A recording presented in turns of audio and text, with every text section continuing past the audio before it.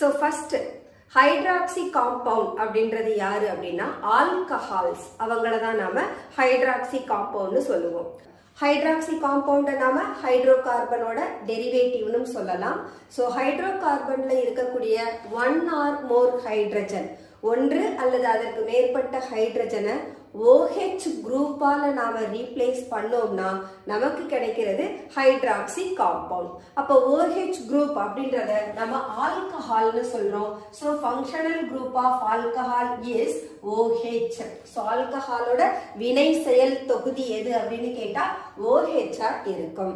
அப்ப இந்த OH ஒரு ஹைட்ரோ கார்பனை எடுத்துக்கிறேன், அது RH, தட் இஸ் ஆல்கேன் அப்படின்னு ஜெனரலா சொல்றோம், அதனால RH எடுத்துக்கிறேன். இந்த Hக்கு பதிலா ஒரு OH நான் இன்ட்ரோடியூஸ் பண்ணேன்னா எனக்கு கிடைக்கிறது ROH. இவங்கள தான் நாம ஆல்கஹால் அப்படி